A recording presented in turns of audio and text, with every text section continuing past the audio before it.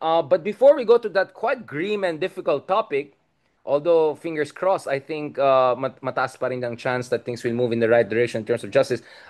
Attorney Christian Conti, balikan natin yung ating minamahal na Pilipinas in the meantime. Let's talk about the Senate. What a performance, right? I mean, our super objective Mark Oleta, the moment na sinabi ni Soto na, di ba appointed kayo ni Duterte dun sa mga DPWH na in charge ng nagbibigay ng lisensya sa contractors, biglang Mark Oleta, I think we're out of time with it, son. What do you think of the hearing? Ah, Statutory. Kasi, kumbaga, these are things that we kind of know. Pero yung talagang, kumbaga, ma-confirm na hindi na lang to chismis, hindi na lang to, parang, So, kahit paano, parang may mabubunotang tinik, alam ko na to. Kaya lang, nakakagalit na nakikita ko nga yung iba nagpo-post na, tara, punta na tayo saan? Sa EDSA. Sa, just to expend some steam or to turn whatever anger you have into action. So, hindi ko na maintindihan kasi even with the House investigations, di ba? Parang nag-overlap din sila. Parang ang lumalabas, walang malinis. So, yun yung other 50 aspect of Shades. this. Ayan, It's 50 the, Shades of oh, Grey. parang, di ba ikaw, alam niyo yung itsura, yung kay Spider-Man na, yung Spider-Man, yung meme na ganyan. Yes. Parang, kurap ka rin, di ba? Kurap ka Pero rin, yung di ba? isa Kurap Venom. ka rin. Pero yung isa Venom. Di ba may Venom version? Yung Oo. Dark Spider-Man. Yun ang problema. May dalawang Spider-Man. May isang Venom. That's Kurap how I ka, put it. kurap ka. Yeah. So, Oh my God. I don't know. And this is the perfect time to call, actually, sorry, both the Senate and the Congress as a circus. Na even if you have good performers there, ultimately, what ako nga, ang naalala ko uh, yung mga parang bloopers. Kasi yun yung tatatak talaga sa isip mo.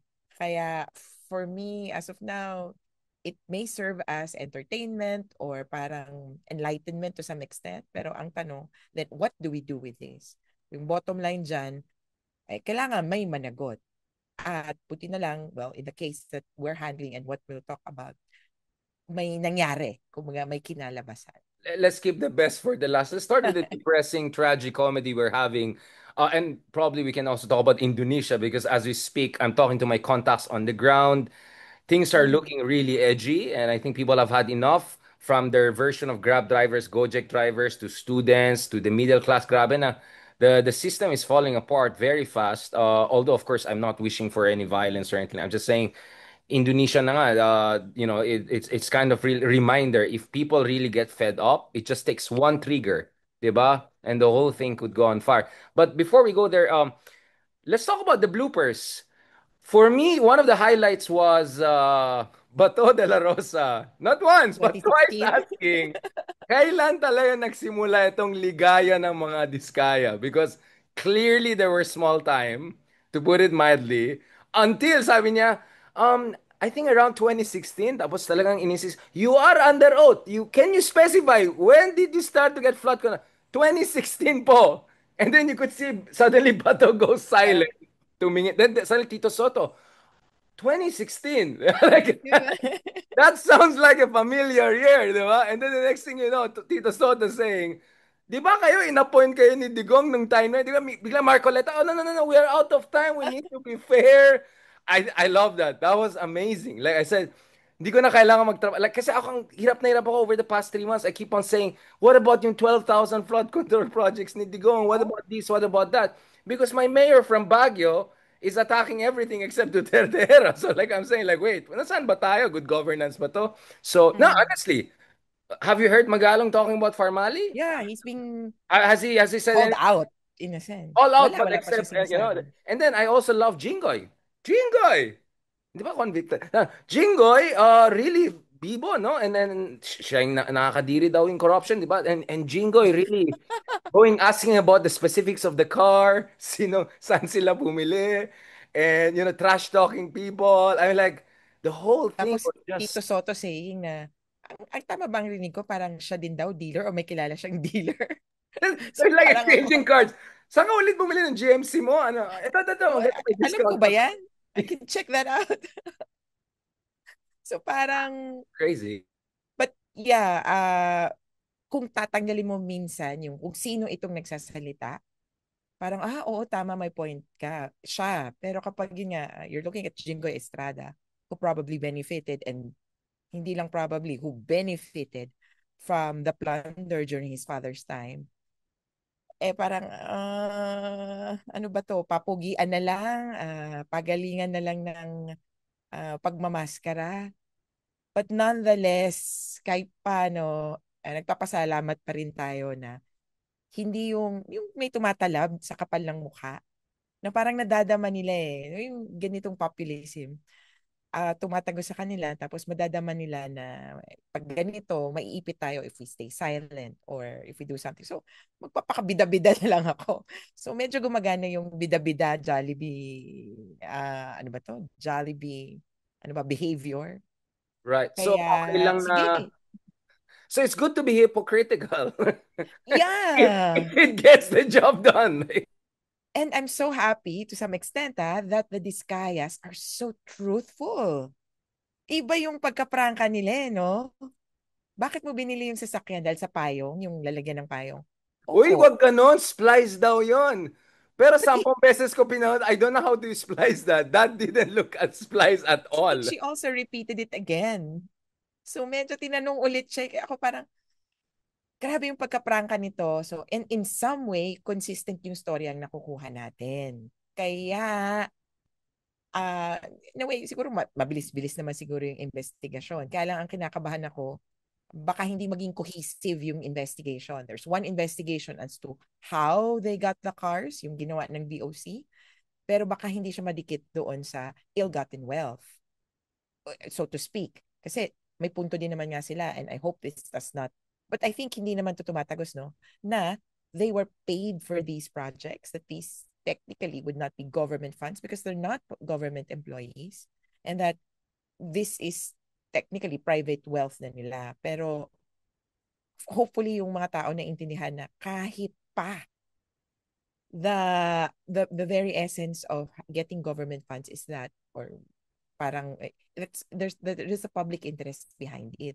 Kaya nga yung regulation sa tubig, kuryente, 'di ba? Kontrata naman yan, public contracts. Ang bigat ng regulation kasi we think of them as public utilities. Paano pa to? Talagang roads, flood control projects, certainly kailangang mas higpitan pa. Um, Let me rewind a little bit. A little bit. First of all, hindi na siya British accent, no? Si Ah, I'm madam. in the stations and very standard American accent. Although yung American accent ko, Donald Trump na eh. Wonderful, beautiful people. No, I mean, first of all, I mean, Sigurado ba tayong siya yon o si Michael V? yun nga Si eh. Bitoy daw yun eh. Like, ito, life imitates art ba to? Pati si Michael V. Wait, parang binigyan mo ako ng second career because ang naghahanap ng second career ay si Edu Manzano. My Oh goodness, what yeah. guy is juicing it? Is he like Pasimflex also? Because some of them are AI, obviously, but some of them are not AI. It's like, oh, are you showing your nice apartment and you're like nice Louis Vuitton? Come on. Come on, seriously, I know marami mga medyo ibang generation na may crush kay Tito Edu and all. I know you're blinded by your desires, but I'm sorry, like as a guy looking like, dude, come on, pasim-flex yan. Eh. Yung parang, nagda-drive ka, pero if-flex mo yung triceps mo para makikita nung Okay. medyo ano Pasim eh, flex. medyo epal, medyo cliche, at saka medyo parang too much na. Like, okay, okay, Yeah.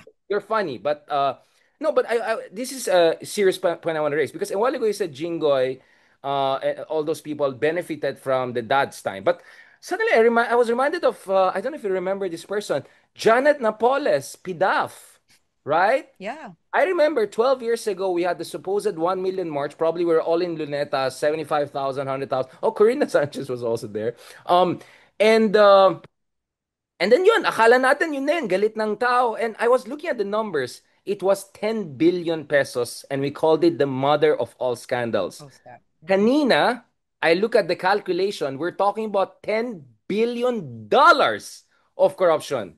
So we went down like by a factor of 50, 55 ba ang exchange rate? 56. So, my question here is, hindi ba dapat medyo lampas na tayo sa second stage of grief, which is outrage and anger? Medyo dapat nasa next, medyo parang stuck pa rin tayo sa name and shame. Obviously, shameless tong mga taong to eh. Kung hindi sila makapal ang mukha, they won't be, some of them are still there in Senate or whatever. Like, hindi ba, attorney, I think we're past dapat that point of just sarcasm and name and shame. I mean, I do sarcasm. I do that all the time. But parang feeling ko medyo, ano na eh. I'm not saying let's go Indonesia, but medyo, medyo siguro naman past acceptance and into solutions na dapat tayo, no? Yeah, kaya ang hirap lang kasi I understand na dito sa Pilipinas, we're in a survival economy. So there's lots of things that you need to think about. Kaya nararamdaman ko yun sa mga tao na, yeah, galit na galit ako. Kaya lang, teka lang, ma'am, kailangan ko pa pong pumasada or kailangan ko pang, well, they still have to do something. So we're stuck in a rut na sobrang dami ng issue, sobrang dami ng problema, pero iisipin mo, naku, gutom pa ako, etc. Kaya may isang medyo nag-click sa akin eh. So there was this viral tweet which called for or mentioned that Grab would still work in other countries. So you could order food for the rallies in Indonesia. So i-order mo sila. Solidarity. Yeah, solidarity. So you Wow. send them something and then there's a particular address. So parang ang point niya was that, well, this revolution will not feed itself. Although, ang inisip ko doon, pinadala niya kasi tubig. So, she sent over so many bottles. Parang, oh, that's, not too environmentally friendly. But then, Kumita pa yung that was, Nestle at saka yung mga korporasyon ng yeah.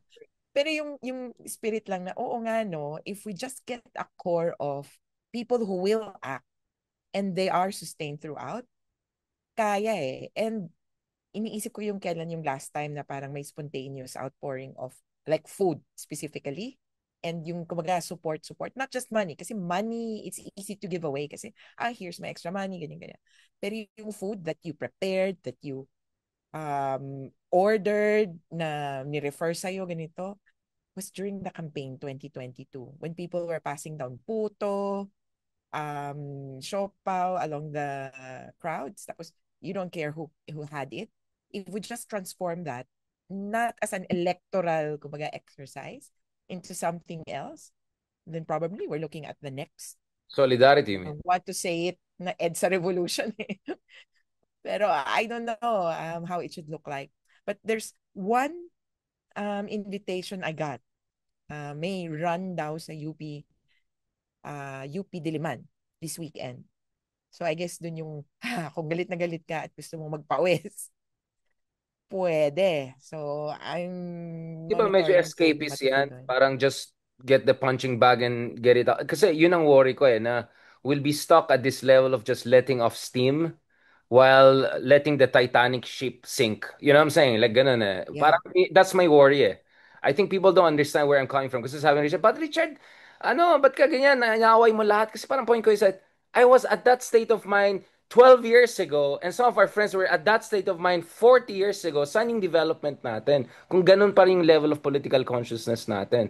Like, okay, funny si Edu Manzan, but how is that gonna help us in terms of coming up with, I don't know, People's Tribunal, an independent People's Commission, right? I'd rather hear more from, I don't know, Heidi Mendoza maybe about account. You get what I'm saying? Because, I mean, we're hearing all about these wonderful celebrities who are shocked by corruption and everything, right? I'm sure these celebrities never spend time with any politico. They never, they're like totally shocked, right? This is like they're, oh, okay, I'm great, fantastic. I'm glad that they have political consciousness, but hanggang kailan lang ba tayo na hanggang dito lang tayo eh? And that's really my frustration. You were talking about survival Hanggang economy. Well, SOCMED. Indonesia is survival economy. I mean, literally, the people who are now on the streets, ito yung mga Gojek drivers, right? Ito yung mga estudyante, nakita mo, mas payat pa sa atin nung time natin sa UP, di ba? Talagang, kitang-kita mo talaga, medyo, alam mo na, di ba?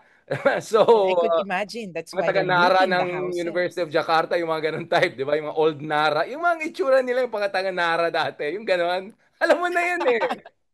Basta there's a certain profile, taga Nara to, di ba? Ganun eh. So, I don't know. For me, Bakit tayo parati may excuse yung ibang bansa kahit mga pinaka-pobreng bansa or kasing may nangyayari Thailand, 'di ba? Gulo din ng Thailand. At least again, I'm not asking for gulo. I'm asking for change, real change. The only real change we got was Digong, which is for the worst. Ah, so, actually, last year, was it 2024 or 23? Bangladesh. Last year 'yun. Last year ba Last year, student yeah. student din. The Student-led student uprising. And revolution. then there was something changed. Pero from what I hear from them, hanggang ngayon, di pa rin yata nagkaka-eleksyon. Tapos parang same old, same old. Kaya, yeah, I agree na the old mechanisms won't work. Kaya we really have to look at new things. Kaya lang, we need to meet. Kaya these activities na pinananawagan, we just show up and see where we find time to discuss things, etc. Pero I don't know, with so many other issues that we've recently tried to agree on. I did mention in one of our episodes ba yung February 25? Parang Uh, kalakhan nun bumuhos ng EDSA, but then parang nawala na rin yung mga ties. Although there were some groups still standing, I hear that one Taft, so the schools in that area, are still agreeing on so many points, and then they will mobilize. Oops, baka naman maano ko, ma-preempt ko.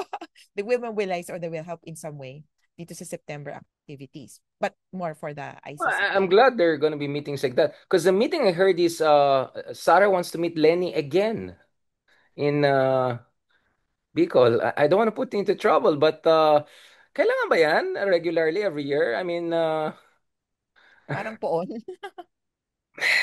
I mean, how should I put? I mean, It's optics, no? It's just for show talaga. Kaya no, I mean, iba yung to meet Sarah to be nice. I mean, like, is it an obligation to meet Sarah Duterte after everything she has done to Leila de Lima? oh, okay. After every, do you get what I'm saying? Like, But from her personality, from what we know, tatanggapin she's niya yan nice. eh. Yeah, she's nice. So, Yeah. ako parang to some extent, we need to accept Lenny for all her limitations.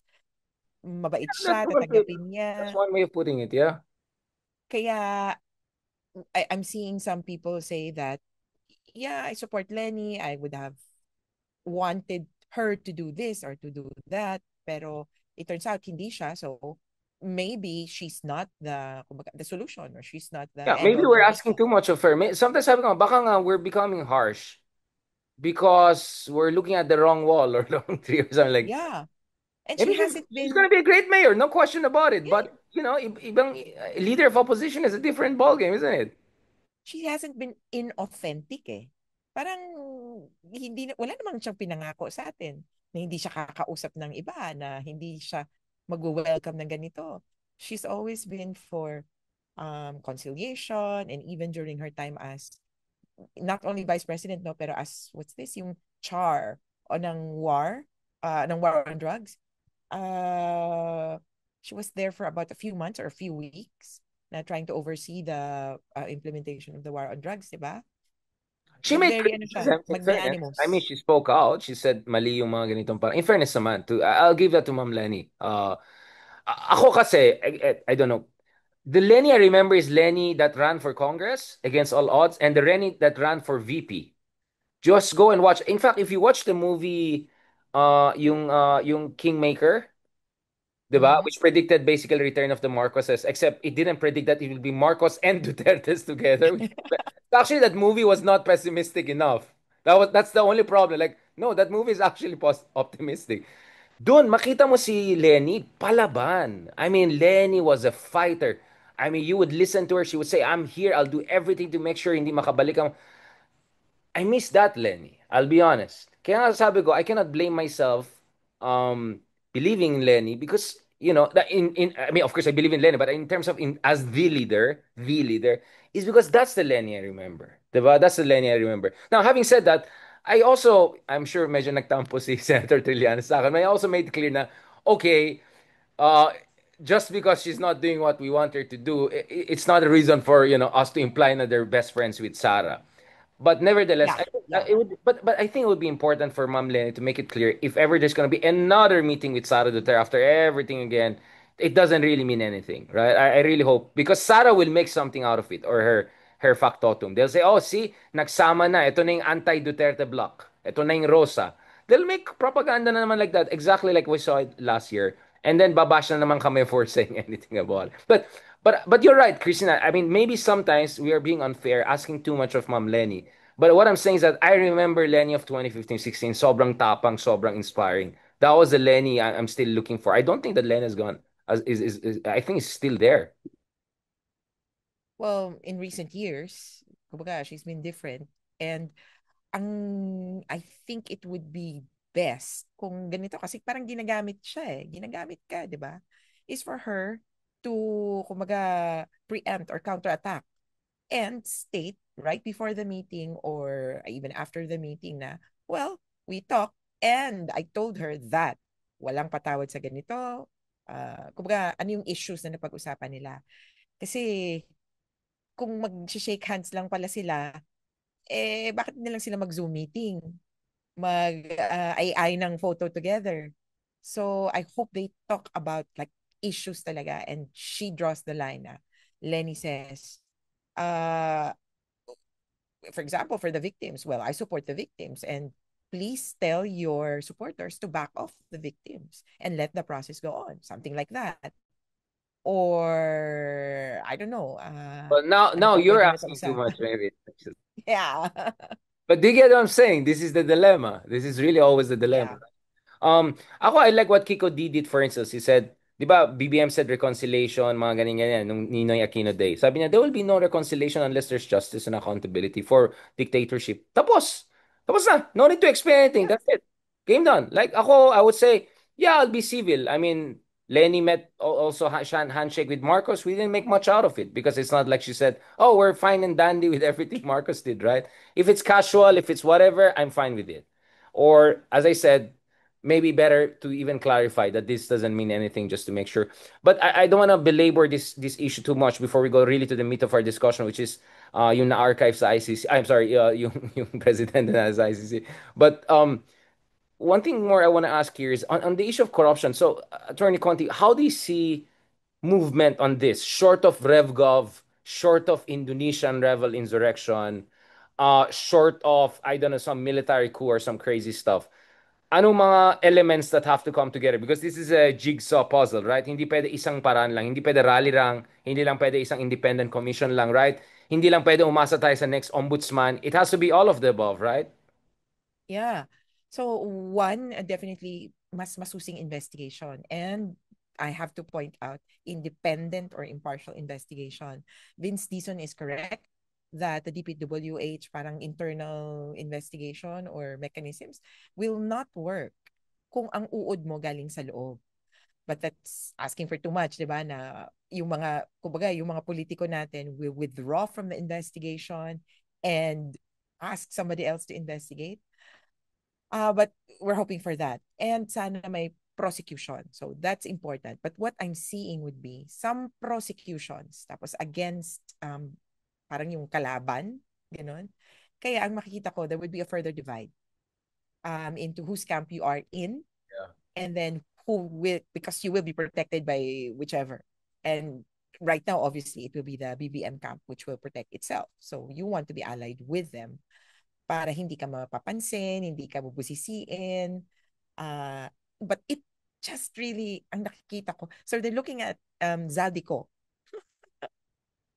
They're the favorite And punching bag next to the ano to the yeah, I hindi want ko to say Dracaris, sorry. uh, Vizcaya. Vizcaya, hindi, sorry. hindi ko pa lang nakikita kung paano siya gagalaw or paano siya protektahan essentially. Let's see how things develop. Pero yun, magdi-divide pa yan further into this camp and the other camp para lang so that kumaga sheltered camp because I don't think anyone is coming to court or coming to the Congress or Senate with clean hands. Lahat yan. Eh, may naglalabas na nga ng mga resibo ng birthday party and all that. But I also see, and this is important for us in this platform, I also see yung social media being the avenue for many more Filipinos to be involved or to know of these issues. Ang tinitimpla ko lang, how many are still using, marami pa rin nagraradyo. Marami pang nakaradyo or quote-unquote, O kasi yung radyo traditional nagiging media. Facebook na rin. Yung DZMM show nila, Quatro Alas nila Ronald, number one na ngayon. Ah, Kasi nag-aasaran, gagawa rin kami ng ganyan. Ng mga sila ganun? Tolkien. Oh. Medyo lima naman kami, Fantastic Five. So yun, yung ganun na parang social media and yung to for the people to understand what's happening. Medyo technical ang mga nangyayari, and before it was maybe killings ganyan. Kaya ito yung sa how do public works really go around? Paano ba yan? Kanina nga, di ba, parang paulit-ulit, paano po ba nakakakuha ng kontrata? Alam mo, ang worry ko lang doon pala, as an aside, baka mamaya may ma-inspire. Ganun pala. What do you mean ma-inspire? Yung Ma-inspire lang. kalakaran? Yung Kailangan kalakaran. kasi Baka you may know, maghanap buhay. oo, kumbaga, ganun pala ha. Tapos with all these people sidelined, kasi paano na sila gagalaw ngayon? Kami naman. And they will outsmart the system. Lalo na ganyan talaga yung specialty ng mga Pinoy, maparaan. Pero ako, ang nakikita ko, hindi gobyerno ang magiging ano dito, ang magiging susi, kundi yung taong bayan talaga. What we do, what we will demand, or what we will kumbaga exact as justice. Yung Indonesia talaga, it's very tempting. Medyo. Level 10 na sila kasi tayo level 2 pa lang tayo. Sila level Oo 10 nga na eh. eh. Very tempting na parang, ito yung talagang, yaman-yaman kayo. Kinuha ko na yung bag mo, parang ganun. Kaya lang, of course, we don't want to promote that kind of Oh, violence. Kasi it violence. can get out of control. At saka maraming Yeah. oportunista. There are many people Yeah. who are taking advantage of it, gangs and also. Please never romanticize violence. It Yeah. rarely goes well. And someone has pointed out na parang, this is what you did in the Philippines, or parang, kumbaga yung nangyari daw sa Malacanang noon, ito yung ginagawa ng Indonesia. Somebody said, well, I was there. We did not do that. Maybe there was some, kumbaga, destruction of property kasi papasok ang pintuan eh. But the shoes were intact, personal properties were intact.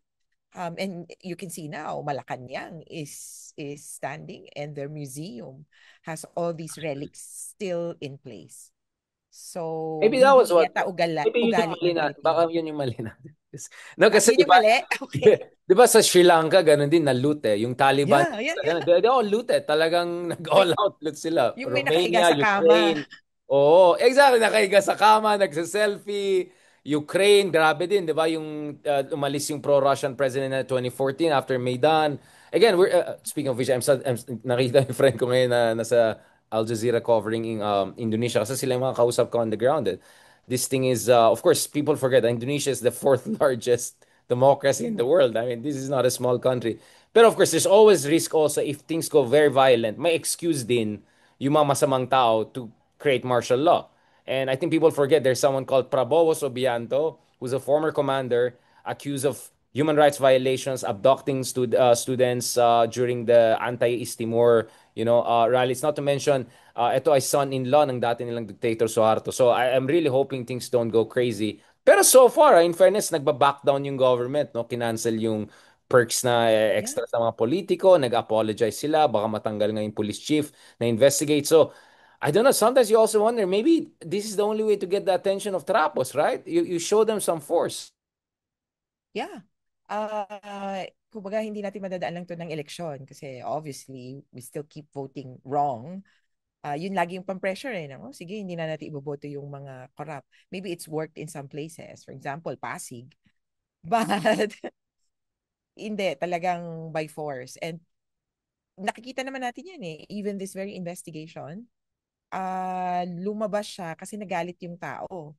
At may nakita nga ako ng sinasabi niya, perfect timing, pati yung Mother Nature, nakiki-fact check na, may flood control issue kayo. Sige, uulan ngayong weekend.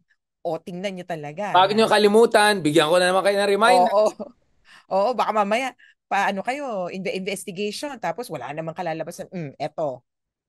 So, sana, sana lang talaga matuto. Hindi ko lang alam kung paano talaga titimo doon sa mga tao kung paano.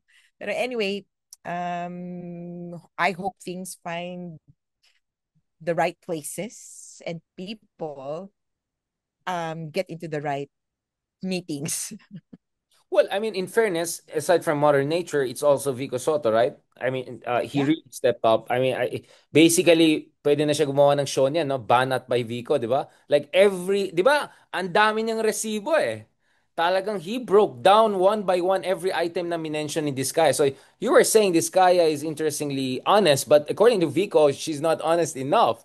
So he was like breaking. I like this version of Vico. Oh, Napalaba, sorry. Not honest, prangka. like or Prangka. worse, Kumbaga, right? From brazen. oo, 2016. How many, 28 po. Nagbilang pa siya eh, no? Parang ako na May nahirapan sasakyan. pa siya, no?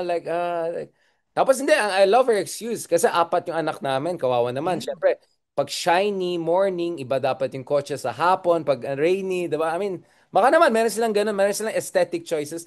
Pero yung umbrella talaga, I think yun yung mahirap to get over eh.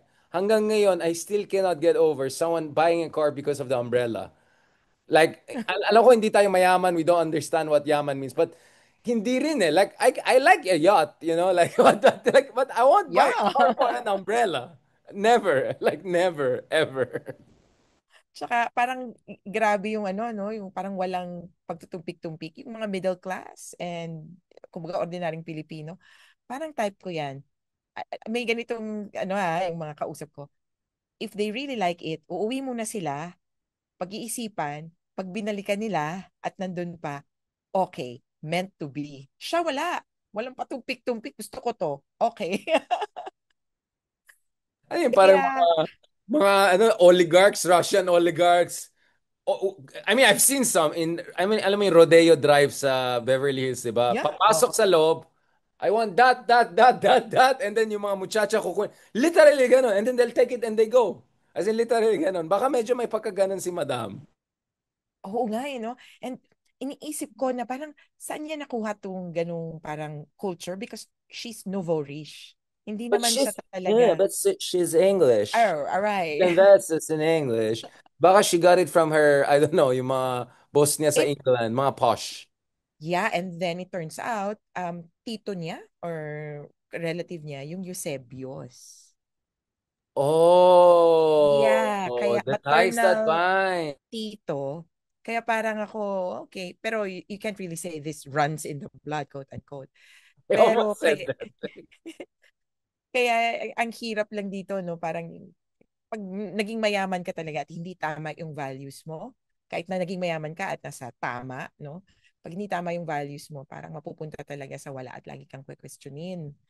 Lumalabas nga ngayon yung paano ba to naging mayaman? Kaya nagugustuhan ko din to na even yung influencer culture, naka-question eh. Dati, busit na busit ako dito eh. Ano pa kailam ko? And it comes into my feed. Gusto ko na nga awayin yung mga kaibigan ko. Sino ba nag-like nito? Pumapasok sa TikTok at saka sa Instagram.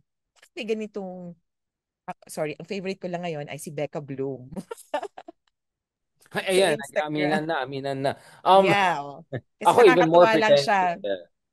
Oh. So, but Ako, anyway, yung mga influencer na Filipino, okay, na Filipino, na parang, sino ba to? Saan ba to nanggaling? So, ngayon, kini-question na, bakit ba tumayaman? Kaya yung, I think kahit paano tumatalino din yung even yung mga influencers. Sana lang mag-seep pa even further at hindi maging aspirational para sa sabihin na natin dun sa mga hihirap yung ganitong klasing yun buhay. nga, like my point is, where do you draw the line between legitimate aspirational predisposition to be very sociological about it and medyo medyo masyado ng OOTD at saka decadent na ito. Parang this is Kadiri. Basically Kadiri na to. I mean, you cannot buy class but apparently you can buy crass. Nakita mo ba yung forma nila? Like, oh my, like pogo chic. I mean, it's just like screaming Louis Vuitton, Louis Vuitton. Yung mga district engineer ang pinaka-favorite ko sa forma. A screaming big watch, a screaming like LL and like V.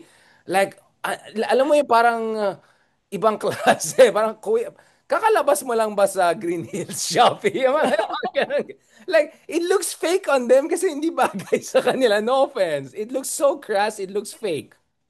Parang yung parang maiisip mo na Ako, I don't really like, kumbaga, yung branded clothes na may ang laki-laki ng logo. Yun yung gusto nila eh. Mapakita yung logo eh.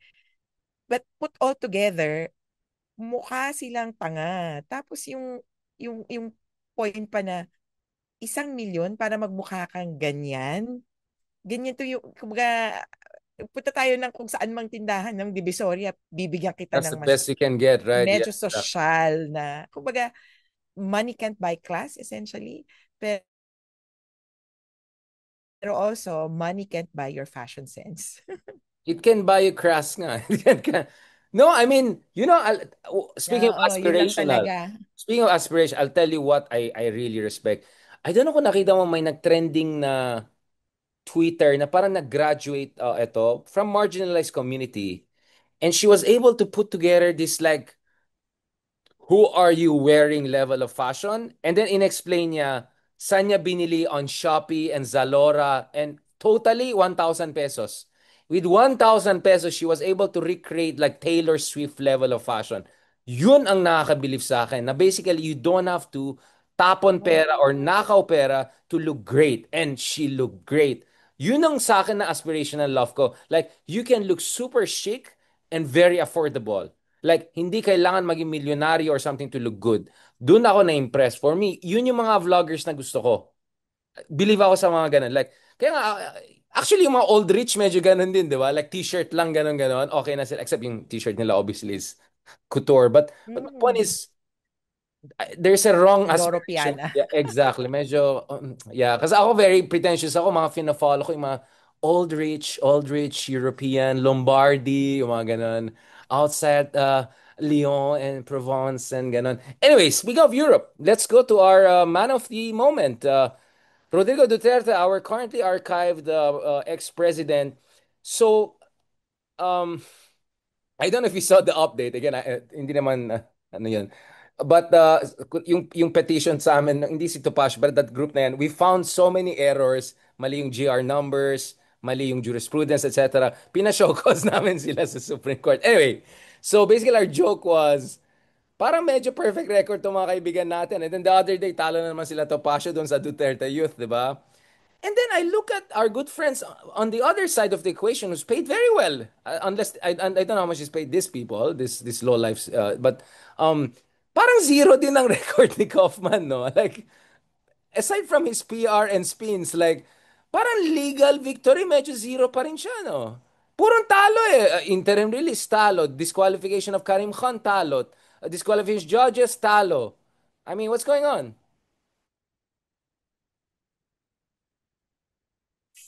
It simply is a difficult case, difficult client na yung kliyente mo mismo umamin na at kung ano-anong mga sinabi, huli sa sariling, di ba, ang isda na huli sa sariling bibig and so forth.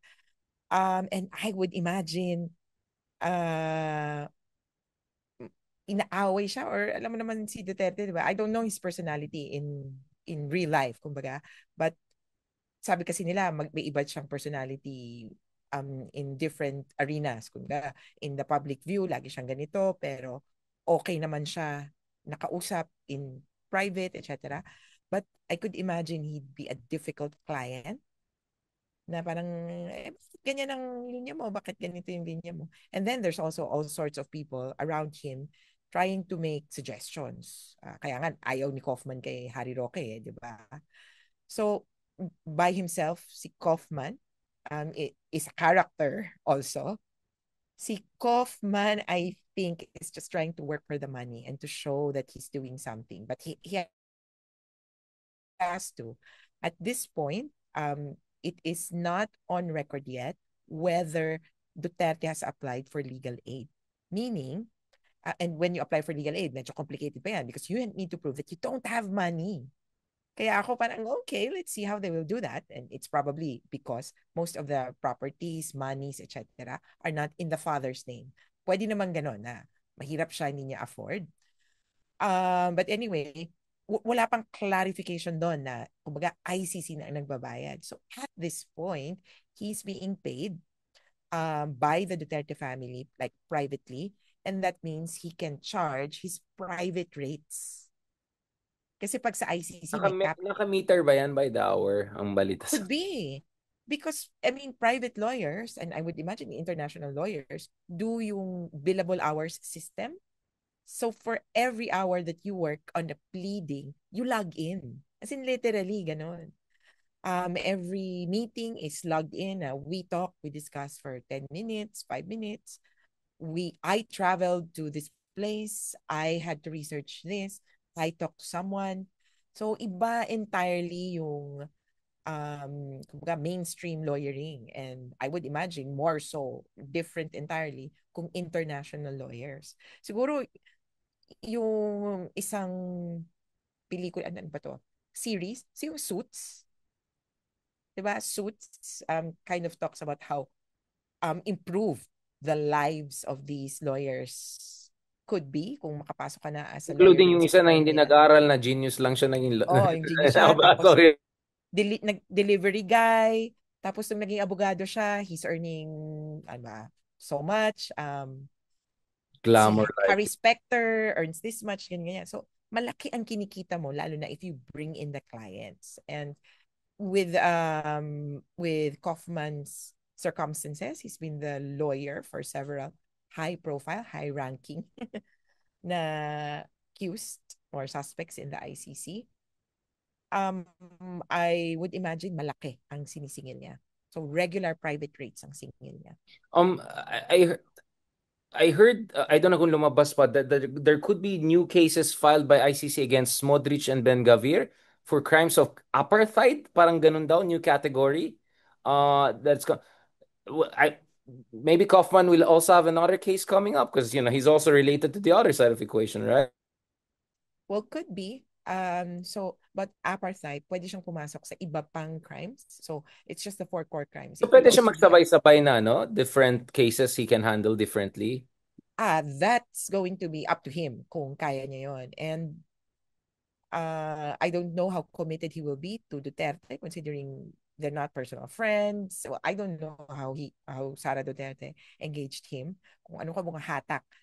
Pero kung mas malaki yung hatak ng Israeli government, sabihin na natin, sorry na lang. But I don't know who will handle Duterte's case.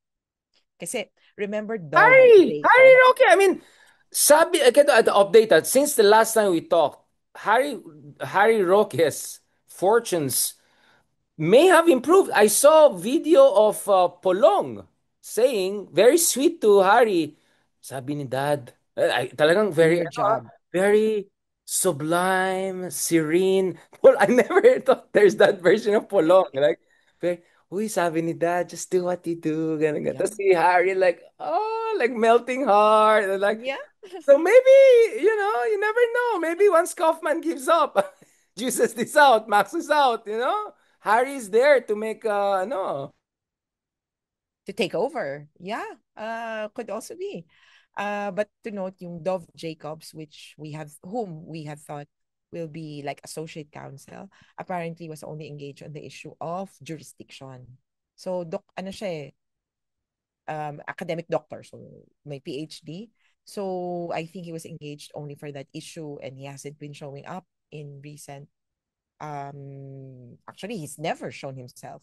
So akala natin may team, quote unquote, but so far it's just Kaufman. But in any case, kung matanggal siya at nandiyan si Harry Roque, it's really up to Duterte kung okay pa ba sila. Well, Sabi lang ni not like Pulong Duterte yon. will have much choice. Like, Wow. yun nga eh. Again, maybe, I don't know if it's appropriate or not. I mean, have you heard anything about his state of health, mental health? Because all his kids are going to him. They seem very happy. Justice League vibes sila. They look like champions. They look like victim. Para sila martyr. Kasi like Yeah. Mandela family ang vibes nila ngayon. I mean, I'm genuinely sorry to the Mandela family people. I don't mean it as an insult. This is really sarcastic because I have South African friends. Baka mamaya, what are you talking about? Diba? No, but seriously, yun ang positioning nila, di ba? Parang Gandhian, resistance, yung ganun eh. Yung drama nila, parang wow, kayo pang victim ngayon. The last update was from Sarah. Just a few hours ago, ang sabi lang niya, well, so nalaman na nila you cannot really talk about what you discussed inside the detention facility or what happened in the detention facility. Yeah, but Kitty is Outside. always the screenshotting, sending stuff, Yun right? na nga eh. She's Pero, spilling the beans all the time. pero yun yung bagit ni Sarah. So, her last statement was, buhay pa naman po siya. So, we rely on that and then backtrack to sa Why mga pa siya? recent na That's not sinabi. very reassuring. Kaya nga, sabi ko nga, naku, baka they're setting the stage for something else. But I think parang ano lang, kumbaga, yun lang yung language ni Sarah na, buhay pa naman po siya. Kasi, pigil na pigil siya to discuss things na, naku, pinagalitan na po kami, Oo. ganyan-ganyan. Ako, buhay pa naman siya. Parang, don't worry, in a parang offhand manner. Pero, papaisip ako, naku, Or kung, baka yung parang yung nagkita kayo ng nakakairita mong classmate, buhay ka pa. Yung parang gano'n. Alam buhay mo yung gano'n, pa. buhay ka pa. Baka gano'n kasi nag-away siguro sila. Pwede. So, but yun nga, yun yung narinig ko lang na reset. Pero, again, everything about his health, Duterte's health, everything that could be made public depends on him. Kaya siyang makakapagsabi kong, yeah, ilabas niyo ang aking medical advisory. Yeah, do this, do that. Or give out my medical, I'm sure nagkaroon na siya ng medical tests. I'll give out the results of my medical tests to the general public. Pero well, wala. So it might be part also of their defense. So hinihintay lang din namin yon. Kaya ang ano lang namin, wag lang magulat. Kumbaga, things can change in an old person's body over a So few you're worried. months. So you're worried. You are worried. In a sense, well, I'm not worried about kumbaga, his condition kasi I'm pretty sure he's okay. Again, hindi siya So you're pababayaan ko. worried that magdrama siya and he might be Yes, I'm okay. worried about the Oh, that okay. kind of worry. Yeah, I'm worried Because too. I'm very worried. because when because I mean, nag-ano sila eh, nagli-lead up na sila na butot balat ganun. So when he shows up on the 23rd, tapos gaunt, sabihin na natin, mahaba yung balbas. Oh, and then he Tapos parang cannot say his pinahaba name na yung naman. buhok. Rodrigo Rua. Ganyan siya. Ganun. Oo, ganyan. Tapos ito medyo I think physically may nagbago na talaga sa kanya. I could also imagine the diet and then yung adjustment dun sa lamig. But then I will always go back to the statement of Madam Elizabeth Zimmerman. Okay naman siya, payat, pero glowing. Ay, glowing. Bakit kaya? I wonder why. Parang medyo patama yata sa kabilang kampiyan. Basta pag kami, glowing siya. Malay ko sa inyo. Pwede rin, ang Oh. dami. By the way, ano Yun ba lang, we latest need dun to be sa ready. But seriously, this is a matter of national security. Kamusta ang latest sa Humba Wars? This Alvin plus Aldo ba ma? Aldo. Aldo versus these people, nag-away sila, nagla-livestream. Wait, wait. Bago tayo mag-away, i-livestream ko muna dito. Ayan, mag-away tayo. Like, these people, I mean, they're unbelievable. Lahat na lang for the content. Even yung away nila, tapos natawa ko kay Harin, sabi niya, bakit ka naka-live kung gusto mo makipa? Nakita ko nga kayo ni Aldo, pinagtatawanan niyo ako parati ka na like, Tisa, Hari talaga! Yan medyo parang yeah, you would expect. Pero yung hindi ko kinaya na aspect or talagang parang wow, grabe to. Yung babayaran ko, yung humba. I've never used that in an argument in a sense na Hindi, parang hindi ko ganun kami magets yun Ilocano, eh. sorry. Kasi kasama mga Ilocano, minsan pag-away, bayaran ko yan. Lahat yan, bayaran ko yan. Okay, Or, okay. he's not Ilocano, but I'm saying like, there's certain cultures, that's your way out. Like, parang it's like, Okay. I'll buy you, your family, your life, yung mga ganon. Very Ann Curtis. Oh, medyo Pero, may I will pero buy yung you. humba, ah, yun yung parang ako, I will buy what I ate. Parang a birthday party. Hindi nga siya Parang, invited, di ba? Kasi yun na nga eh. the issue is not even eating. Like, why are you even here? Yun yung point niya. Actually, Team Alvin ako. I'm sorry to say. I'm Team Alvin. Kami ni Okay. Attorney Falsis, we are Team Alvin. Like, oh nga, bakit siya nandyan? Okay. Well, ako, inaabangan ko lang. I'm here for the entertainment. Aldo, Alvin, whatever. Happy birthday.